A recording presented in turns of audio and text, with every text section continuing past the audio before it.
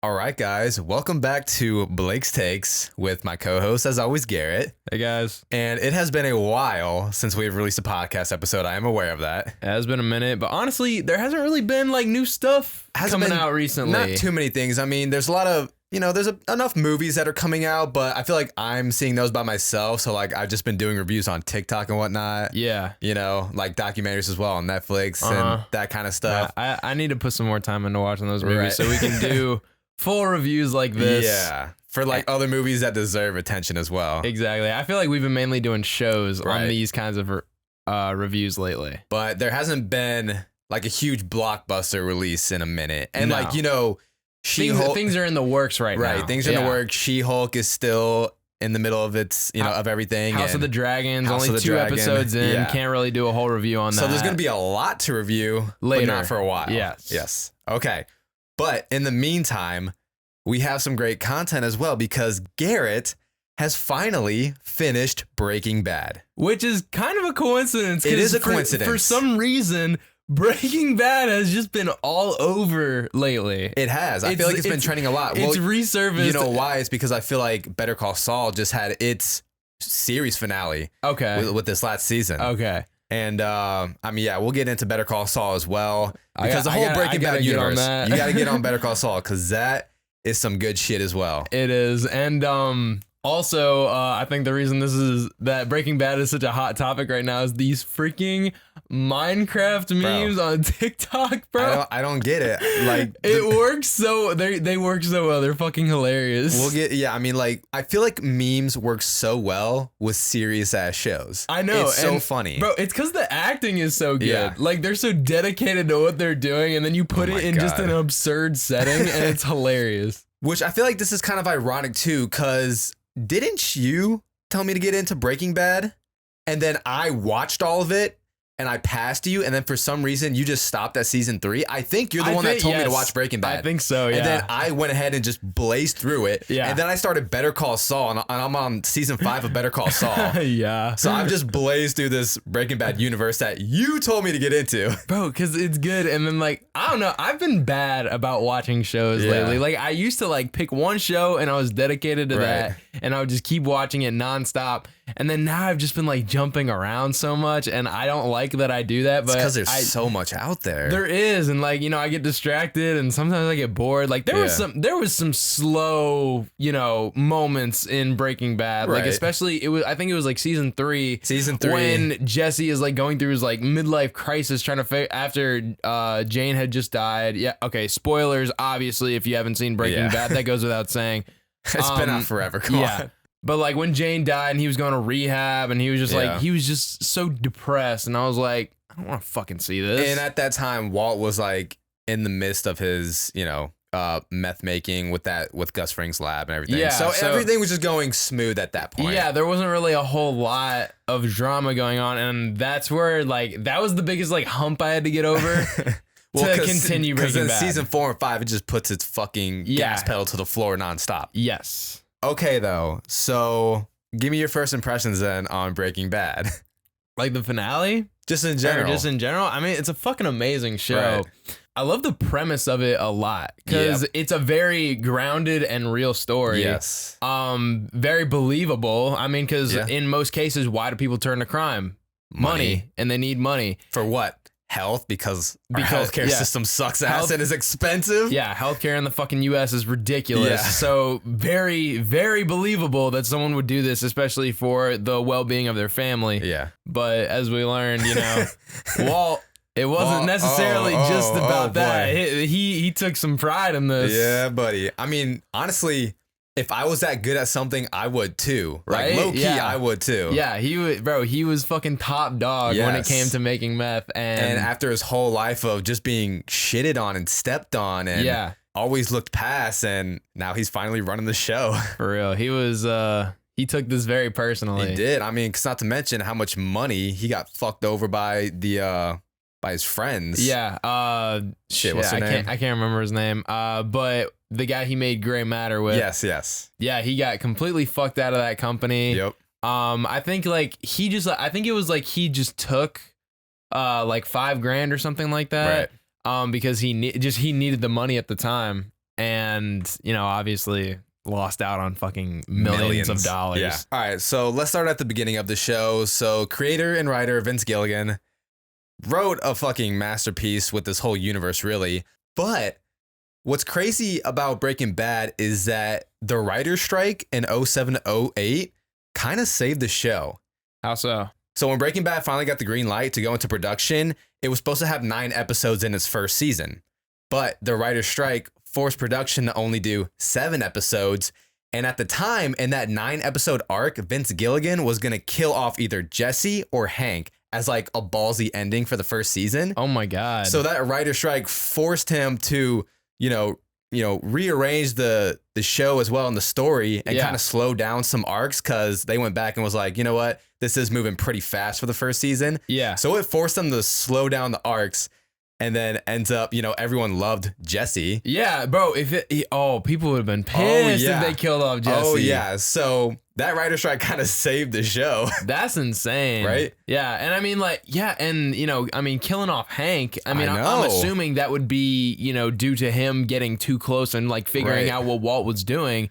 And that ended up being the season 5 finale arc. Yes. So like there was so much more to work with Jesse and Hank's character. Yes. And because that would have cut to the chase way too quick. Oh my God, especially I know. with Hank. Like I mean, honestly, I could kind of see it with Jesse, like just getting caught in this shit. Right. But Hank, like that's what are the odds that, Walt's brother-in-law is a DEA agent? Like you don't want to just skip right over that. Oh, I know. And it's crazy. I mean, this show, even Bob Odenkirk said like this show was almost canceled after its 3rd season as well. Because at the time, like, yes, it was still critically acclaimed, but it was only getting moderate viewership. And what really saved it as well, and Vince Gilligan even said this at his acceptance speech at one of the Emmys or Golden Globes, how Netflix saved the show as well too, because before the 4th season premiere, Netflix made Breaking Bad's first 3 seasons available, and people started binge watching that shit and just cranked up the viewership for season 4. And then by the time season 5 hit, it was one of the most watched cable network shows ever. That's awesome. And that's that really shows you like the power that these streaming platforms have. I mean, because a lot of times people don't. There's some really good shows out there that people didn't even know about because it wasn't on the networks that they normally watched. Yep. So like those smaller ones like AMC or FX, you know what I mean? Yes. So once they're available on streaming, everyone has streaming apps these days. They binge that. Well, what's this on? This is actually good. Who made this show? That's pretty cool how that works. Yeah. But damn, man, I couldn't imagine if we didn't have Hank or Jesse for that whole series, bro. Dude, I mean, the freaking like father-son dynamic you got going on with Walt and Jesse is amazing. And yeah, just that constant threat of Hank being there and constantly looking into this shit. Like he never got like really close till season 5. Right. Or I mean, actually, I take that back. He got close at times, bro. He was knocking on the RV with Walt and Jesse in there. Remember that? God, that's right. Remember that? And not to mention, then Walt had to create that whole distraction. Yes, he said like Marie was in the hospital. He said his wife was in the hospital, and then he that's what led him to go just like beat the absolute shit out of Jesse. Oh my God. He was like, how'd you do it?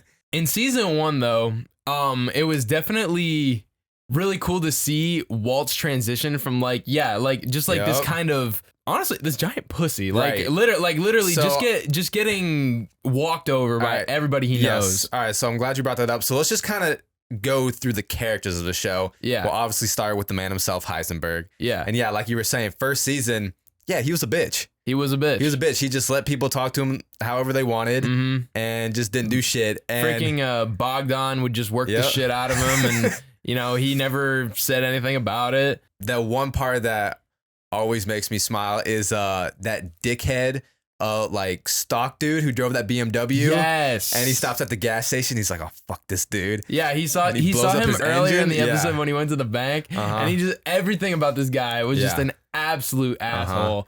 My God, took his parking spot to being super misogynistic towards women. Like he was literally talking about the clerk in front of her face, saying how hot she is, and then like saying how some girl from their office is a complete dog or whatever. Yeah, I'm like, oh my God, bro. But just then the end of season 1 as well, when he finally becomes Heisenberg, really. Yeah. When he goes to Tuco's Office. Mm-hmm. Uh-huh. Yes. And he's like, this is not meth.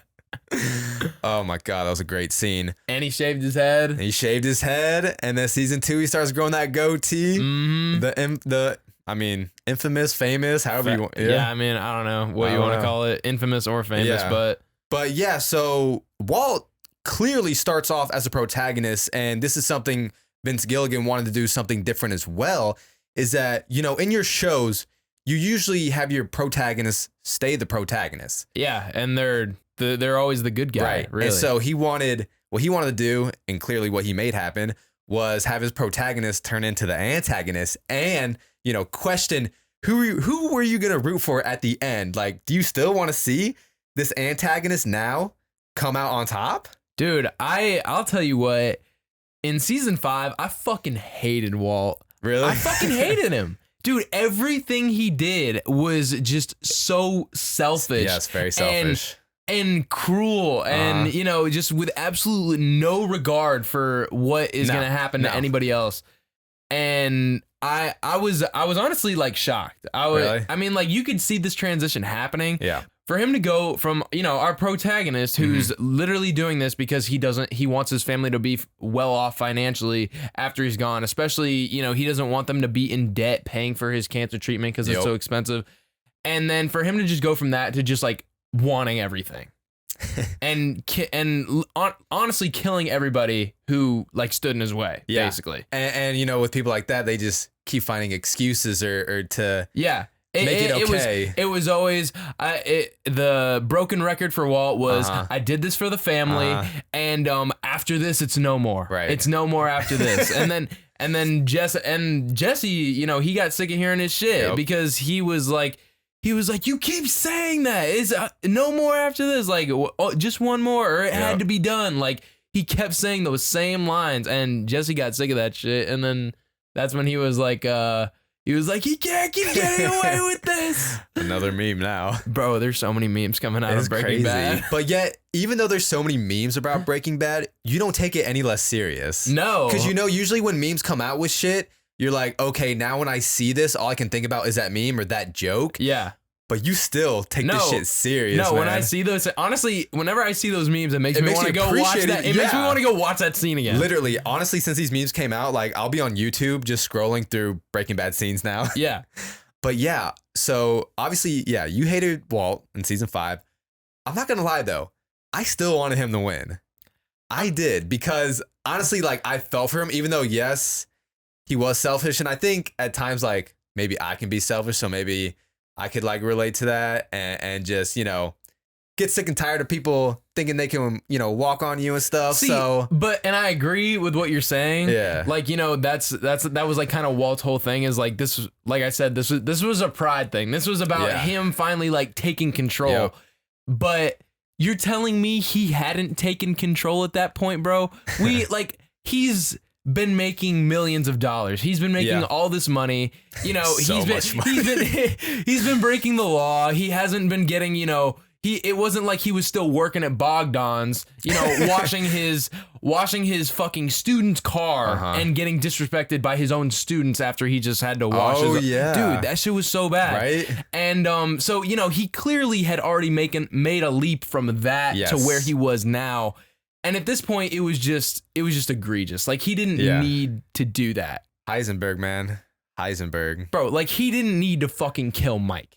He didn't need to kill Mike. No, that shit pissed me the fuck off. Yeah, and it was at that point where I'm like, okay, fuck Walt. Fuck Walt. Like, I'm so done with you. That did piss me off, because I love Mike even more now after watching Better Call Saul. Yeah, I'm looking forward to watching Better Call Saul just because of Mike. I love Mike in that show. He's good, bro. We'll talk about Better Call Saul later for sure. All right, now let's go down to Jesse Pinkman. I mean, damn, they were gonna kill his ass off, and thank God they didn't. You know, honestly, see, and now here's the flip flop with Jesse. Jesse pissed me off so much in like the first few seasons, always fucking up, making stupid decisions, especially when he was dating that girl. And then towards the end, you just feel so bad for Jesse. And then, you know, it's like the thing with Walt and how you can have that protagonist become the antagonist is because you have so many great characters around him. Yeah. And you start to feel for those other characters. Because I would argue that Jesse was more the protagonist in the final season. Yes. More than Walt. Oh, absolutely. Absolutely. Because, I mean, like, yeah, in the beginning, he was just some stupid kid. Yeah. You know, making meth, trying to make some money. Mm-hmm. But, you know, when he got hooked up with Heisenberg here, like, he had no idea what he was getting into. Nope. Like how deep this actually went. I mean, because think about it, bro. He went from like literally just cooking this terrible fucking meth that he used chili powder in. God damn. And he's like, that's my signature. But he went from that to cooking a 96% purity level on his own in Mexico. Yep. For, you know, the fucking cartel. Yep. That's insane. That was a good scene too, because here you had all these like chemists, you know, kind of talking shit behind his back in another language and Spanish. And but yeah, here he is, you know, cooking the most pure meth out of all of them. Yeah. No, they were acting like they were hot shit. Yeah. And I loved that was he had a little Gustavo Fring in him when he went down there. Like he took charge when they were all like doubting his capability. He was like, look, I don't know the name of all this shit. Yeah. I don't know how to make it. I don't know how to make it from scratch, but I can fucking make meth if you give me the right tools. Just give him the right shit. Yeah, and but the first thing he did, he was like, clean up this fucking lab. It's disgusting. Which is kind of ironic from Jesse, coming from Jesse, because you know his place was usually a fucking mess. Mm-hmm. But yeah, he knew that was like super critical to the purity. And I found it, you can even see him doing that in the first seasons. I just rewatched a few episodes actually. And like he was, when he tried cooking on his own without Walt, because Walt did the first cook and he was like, I'm done. Yeah. And so Jesse resorted to doing it on his own. And but when he was showing Badger like his setup and everything, it was funny how he was like teaching Badger just like Walt was teaching Jesse. So it was funny to see like he did actually learn like shit. he learned and he liked learning it, and he liked showing it. Yeah. He liked showing off his knowledge. No, it was nice seeing Jesse have his winning moments. And yeah, just the whole meth shit as well. Like this show was pretty accurate with its meth. Like they had, because Vince Gilligan even had, you know, professional chemists come and talk to him about like what goes into it. You know, there was other professors from like universities that wanted to come in and help like make sure that what he was talking about in this show was as accurate as it could be. Dude, I'm pretty sure like they knew how to make actual meth. Probably. No, I'm pretty sure I heard that. Like I don't know where I heard it, but I'm like 90% sure like they actually knew how to make meth based on doing this show. I feel like it's a very dangerous trait to just have in your back pocket. Right? My God. Curiosity to kill the cat. If fucking Bryan Cranston ever goes off the grid, he might be making meth somewhere. Jesus Christ. It just had a very realistic feel to it. And then being in Albuquerque, New Mexico as well. That was a perfect setting for the show. It was. No, I love the aesthetic that they had. Yes, the aesthetic was perfect. Because it was originally going to be in California, in Riverside, California. Really? I read somewhere, yeah. And then switch it up. Like obviously, you know, filming in other states besides California is going to help production financially. It's going to be a little cheaper, you know. Yeah. And then they switch it to Albuquerque, New Mexico, and now they have fucking statues in Albuquerque, New Mexico. They have fucking statues for these guys because they have been like such a freak. They've like increased their economy. Right. That's how popular this show is. Insane. Actually, those statues have been like kind of controversial recently. Really? Yeah. Because people are saying like, we like just like what it's affiliated with. It's a very and it's like I'm not trying to get all political here, but like especially some Republicans over in New Mexico, they were saying how like, you know, they took, you know, how there was like that whole trend recently where we were taking down like all these, you know, Southern leader you know, statues that have been up. But we're gonna put up 2 meth cooks. Like we're idealizing fictional. But that's the thing; it's fictional characters. I know, and you know, like that's like kind of the argument, right, for that. You know, they're saying so like, why are we taking these down, but we're putting up these 2 meth cooks? Like, are we idealizing meth cooks now? And it's like, nah, bro, they're fucking fictional characters. Yeah. They were on a popular show and they've increased our economy. That's literally why these exist. It's not like these statues are Walter White and Jesse Pinkman. This is Bryan Cranston and Aaron Paul. Yeah, and it's fictional characters. I mean, the whole idea of movies and TV shows is just to transport you into another world that doesn't exist, really. Yeah. And I mean, this world does exist. Yeah, okay. It's a very real fictional world. It is a very real fictional world. But the war on drugs. But still, it's like, this isn't come on, real. man. These aren't real people. No. We don't actually love meth cooks. We love Bryan Cranston and Aaron Paul. Right. All right. Moving down to our next character. Who you want to talk about next?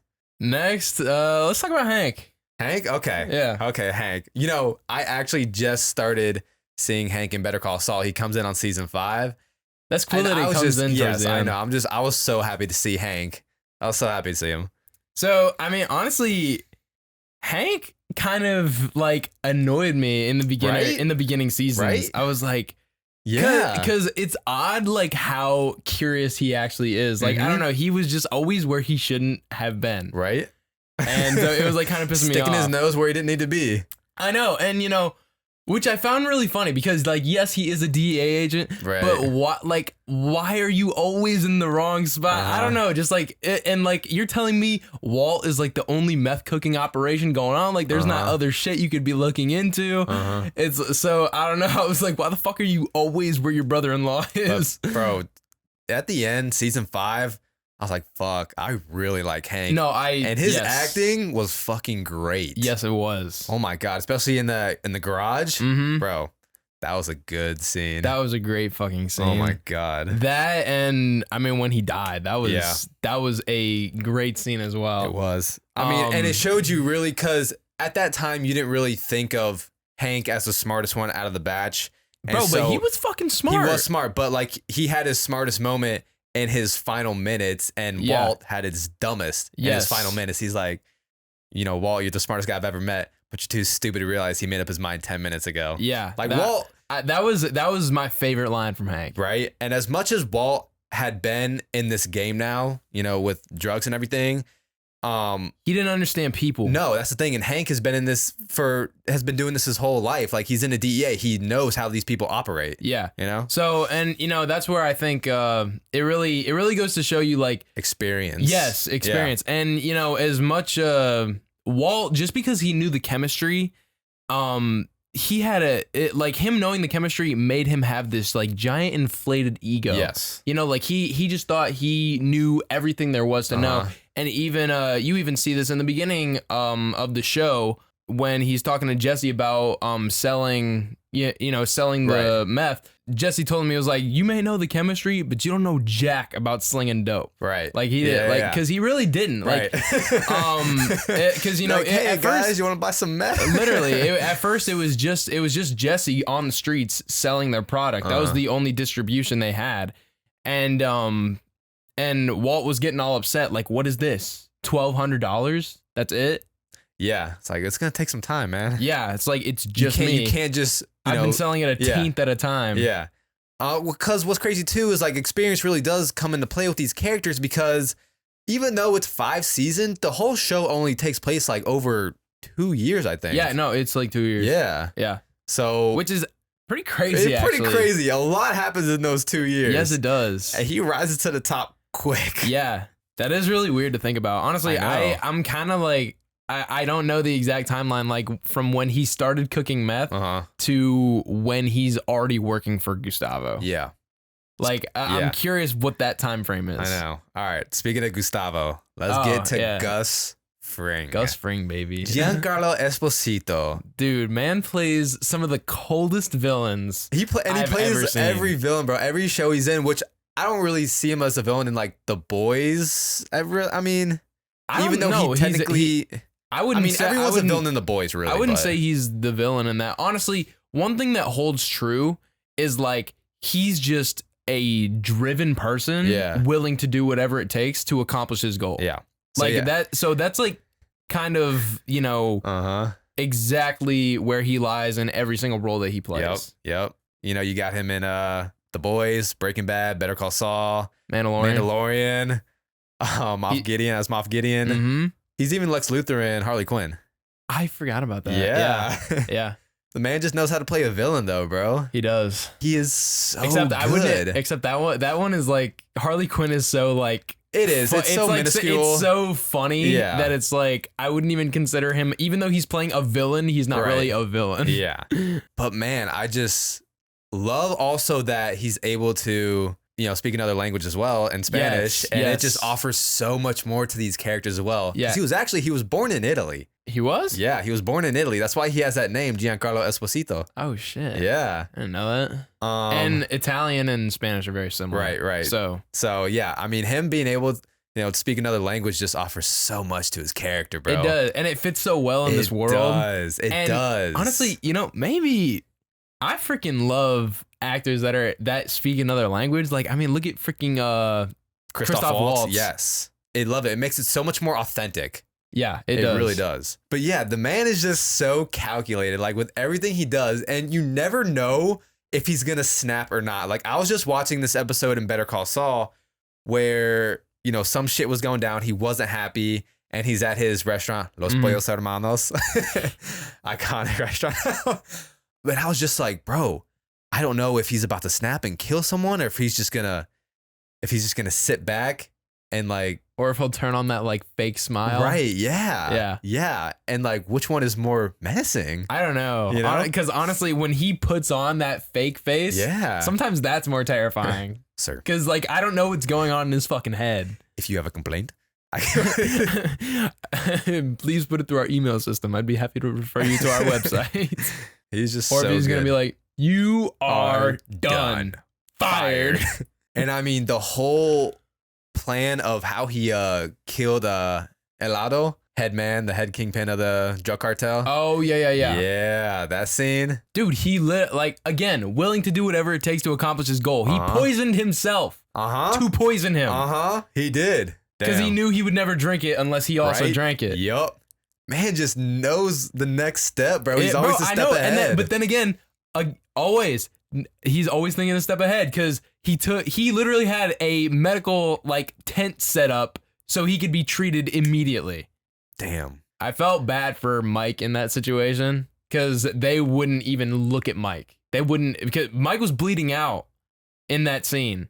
Damn. Mike was bleeding out. Gus was poisoned. Yeah. And Gus had set up this tent as this like medical facility because of the poison. Yep. And just in case anything else happened to Jesse or Mike, but they only treated Gus at first. And Jesse was getting all pissed. He was like, hey, he needs help.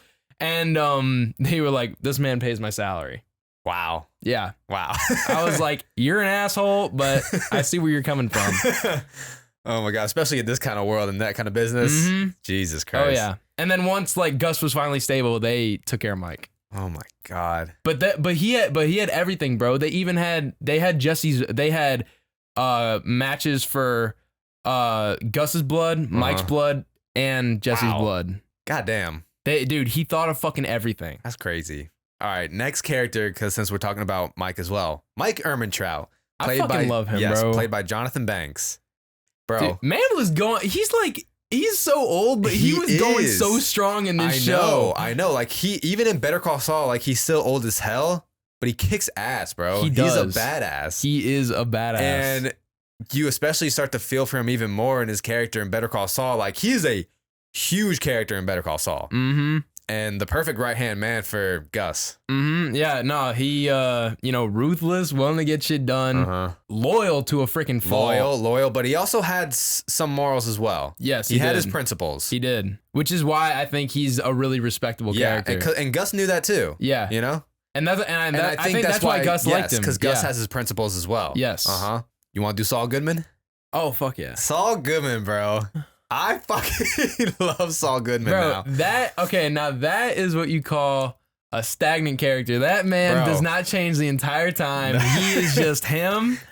God, he's fucking hilarious. Bro, okay, you say yes, stagnant, but like, and you see that in Better Call Saul too. Like in the end, you really see, Saul is always going to be Saul. Actually, technically, Jimmy McGill.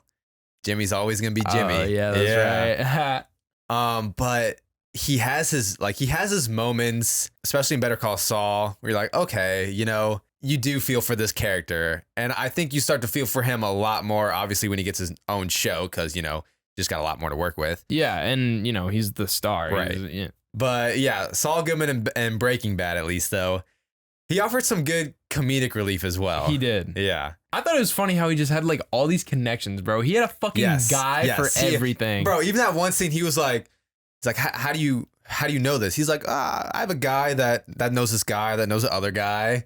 It's like, Jesus Christ. He's always so, it's like a slippery domino effect with Saul Goodman. Saul was just freaking resourceful, man. He was. Like, that was he was probably the most resourceful person. Like, anytime Walt needed something done, Saul.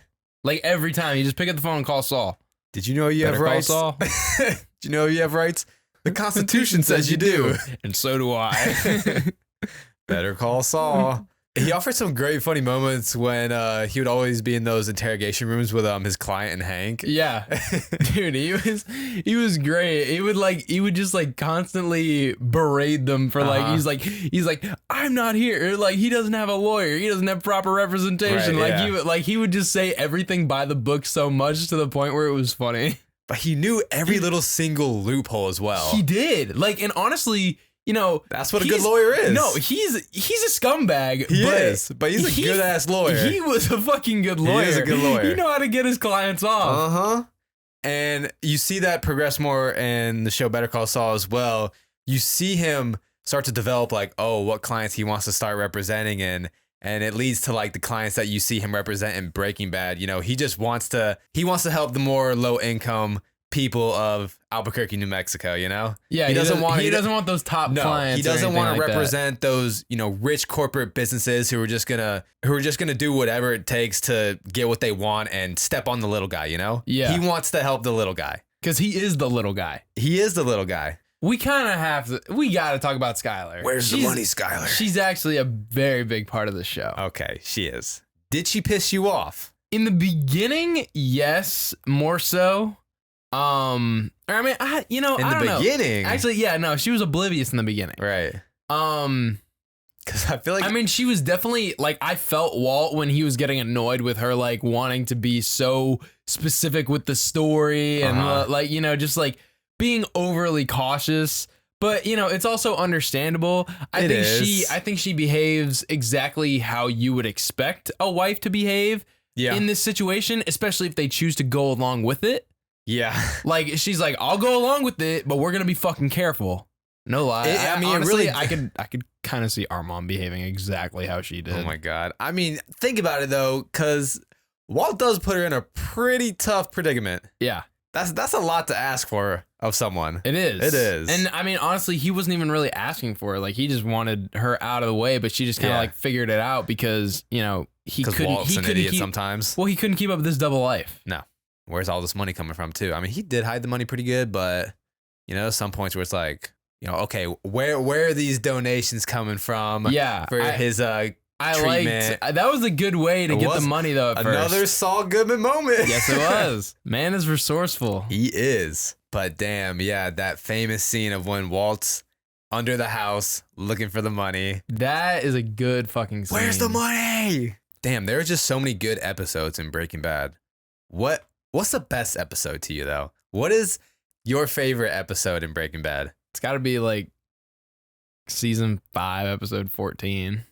Yeah, Ozymandias, because that just his whole world just collapsed in that episode. It did. Everything just starts unraveling, and he's losing his family in that episode. Mm-hmm. Hank dies in that episode. Bro, it just a lot happens. So much went down in that episode. But that crawl space episode as well. That was a really good episode, and so was the episode I think 13 of season 4, the face off when Gus Fring is face to face with Salamanca. Yes. Oh yeah, Hector Salamanca. Yeah, Salamanca. Yeah. Salamanca. That was a good ass episode too. Mm-hmm. Yeah, man, dude. I don't know. That's hard to pin. That's down. A hard one. That's a hard one because then in season 5, I love the episode when I think it's called "Say My Name." Yes. Oh my God. He's like, you know who I am.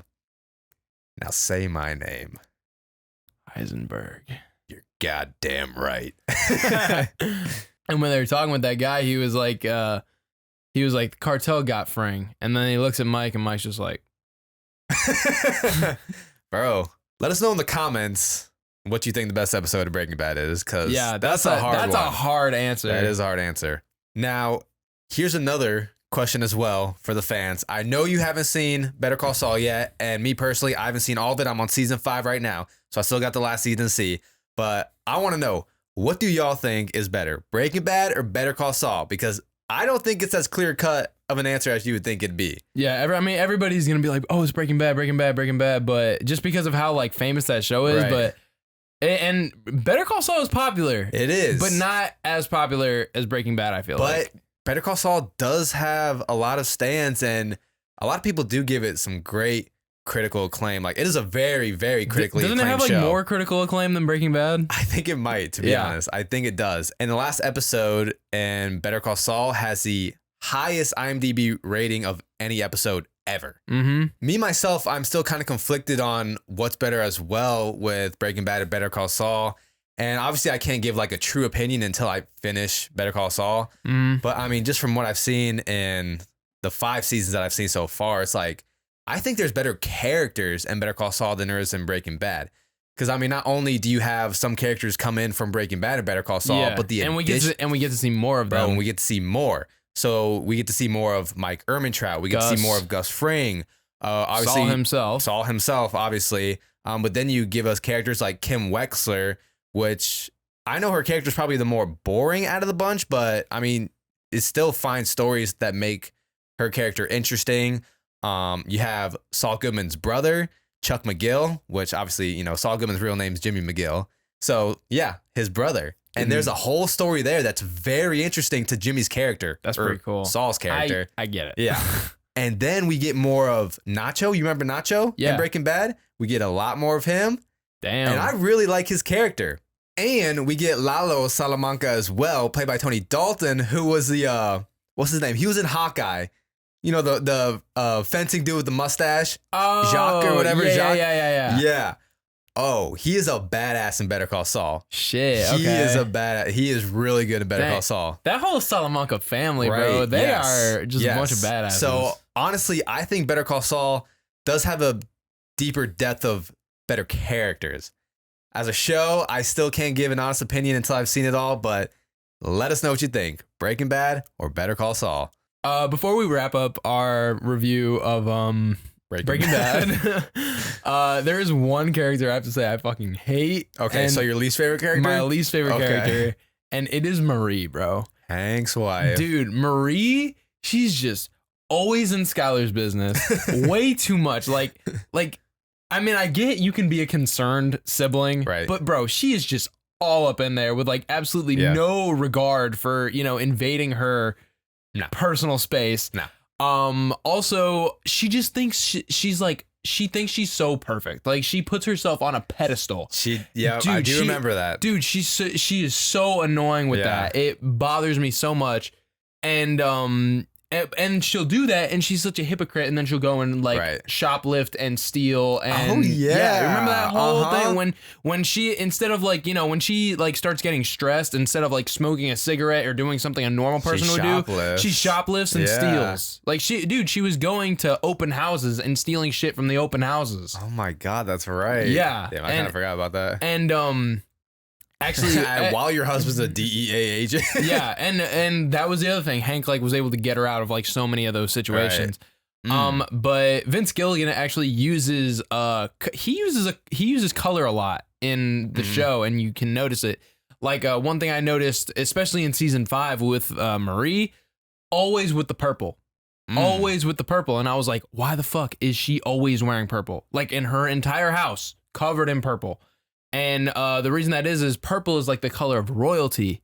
And it was to show how Marie, like how she, she's royalty. How she thinks she's royalty, and she puts herself on a pedestal. She thinks she's better than everyone else. Yeah. And so it's like that false, you know, whatever. It just shows how she thinks she's better than everyone, basically. Right. And that's why she loves the color purple so much. Another example we see of this actually is with the whole "I am the danger" scene with Walt. So Walt is wearing like a bright red shirt, and then and he's talking to Skylar. But then when he says when he gets to the whole "I am the danger" thing, I am the one who knocks. Before he does that, he takes off his bright red shirt to reveal like a darker red. Yes, like, it is darker. Yeah, it's a darker red shirt to show like a darker Walt, basically. Really? For that scene, like to show the transition from him being Walter and him being Heisenberg, basically. Yeah, because when she's first talking to him in that scene, he's not like that. No, he's not. And then he hit like a break. Then he hit like a breaking point. Yeah. And I am the danger. I am the one who knocks. But yeah, I just thought that was cool. You see, they paid a lot of attention to color in this show to represent like emotions and, you know, character flaws. Yeah, I mean, just the whole aesthetics of that show in general, you know, and the way it looked, the cinematography of it, like also just the contrast between in some scenes when they're in the desert with the blue sky and the yellow sand. It was just like such beautiful shots, man. So the whole aesthetics of that show is just great. All right, so Breaking Bad, Garrett. Is it the greatest show of all time? I don't know about greatest show of all time. But absolutely top 5 best shows of all time. Okay. If not top 3. Right. So it's freaking up there. It's up there heavy. It is up there. It is up there like, heavy. Honestly, I'd say one of its biggest competitor would definitely be like Game of Thrones. Yeah, or like The Sopranos. Yeah. But it's hard to say, man. The Wire is also another really good one. I will say, if Game of Thrones had ended properly and on the right note, I think there wouldn't be... There would be no dispute. I don't think there'd be a dispute for me, at least in my opinion. Like, that would be the greatest show of all time. If it finished properly, yes. If it finished on the right foot. Yeah. See, but Breaking Bad finished on the right foot. It did. It did. And that's what, you know, kind of gives it that step ahead against Game of Thrones right now. Because it's hard to say, man. It sucks, too, that Game of Thrones just left you with that taste in your mouth at the end. I know. Bro, it was so... Because here's the thing as well. Like, I had never been more invested in a show than I was in Game of Thrones. And because it ended on that note, it just fell off the face of the earth. Like, no one talked about it. Yet here we are seeing trending all over social media still to this day is Breaking Bad. Yeah. And the scenes from Breaking Bad. So it's like, what the hell, man? And it makes me like that much more mad that season 7 and 8 were not up to par because season 7 still has some great episodes. No, don't get me wrong. I still like season 7, but season 8 is just that's where the pain comes from. Well, and then George R.R. Martin and producers at Warner Brothers HBO as well, they were wanting them to go to like 9 to 10 seasons with Game of Thrones. Which they should have. Yeah. But the directors didn't want to. They wanted to end and they wanted to move on to their Star Wars, which that ended up getting canceled. So it was LL, 2 L's there. Yeah, I swear. Like, bro, if Game of Thrones ended on the right foot, because that last season did feel so rushed. It was so rushed. It was so rushed. And imagine if we saw like this gradual progression in Daenerys. Yes. It's Daenerys. Like, honestly, her entire, like, I think that's one of like the biggest flaws of that is we didn't see her gradual progression. Because I was like, where did this turn come from? It was so immediate. It was ridiculous. There needed to be that gradual turn, like we saw with Walt. You know, Walt and Breaking Bad, from the protagonist to the antagonist. They took their time, and it freaking worked. And they ended on the right foot with Breaking Bad. 5 seasons, that was it. That was all they needed. There was no more story to tell. Nope. And then it led to a great spinoff. Yeah. I mean, and we did get El Camino to tell us what happened with Jesse in the end. You're right. And that was I looked at the reviews. It was a good movie. I have not gotten to El Camino yet. Me neither, actually. So I need to watch that because I actually am really curious what happened to Jesse after this. Right. But I mean, you know, we'll see. You know, so far, House of the Dragon is putting a good taste in my mouth. That sounds kind of weird, but yes, it does. That sounds weird. So far, House of the Dragon, I'm liking where it's heading right now. Yeah, I am too. Yeah. So I don't know. We'll see. Maybe it'll make me forget about the ending of season 8 with Game of Thrones. Let's get back to Breaking Bad, bro. All right, back to Breaking Bad though. So Breaking Bad, greatest show of all time. Let us know what you think, but I feel like a lot of people do have it as the greatest show of all time. Yeah, it's a freaking good one, man. It's fucking amazing. All right, so I think that's gonna do it for this review. Let's give a round of applause for Garrett for finally finishing Breaking Bad. Fuck you. Everyone give him a round of applause. I mean, Jesus, took you long enough. Bro, I probably watched that show over the course of like 3 years. That's insane, bro. you probably had to go back and rewatch the first 3 seasons so many times. I think I rewatched the first 3 seasons like twice. Jesus. And then from there, I just like kept, yeah.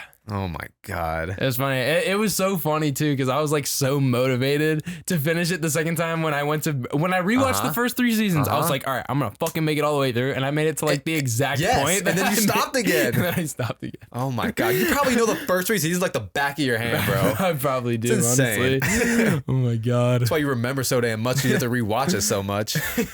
That's gonna do it for this review of Breaking Bad. Who would have thought we'd be reviewing Breaking Bad, you know? Right? But it's fucking awesome. Here we are. Let's see what we got next. We got a few movies coming out soon. We got a lot of TV shows that are in the middle of progress, so get around to those reviews as well. You know, She-Hulk, House of the Dragon, Andor coming out soon as well. Yep. New Star Wars show.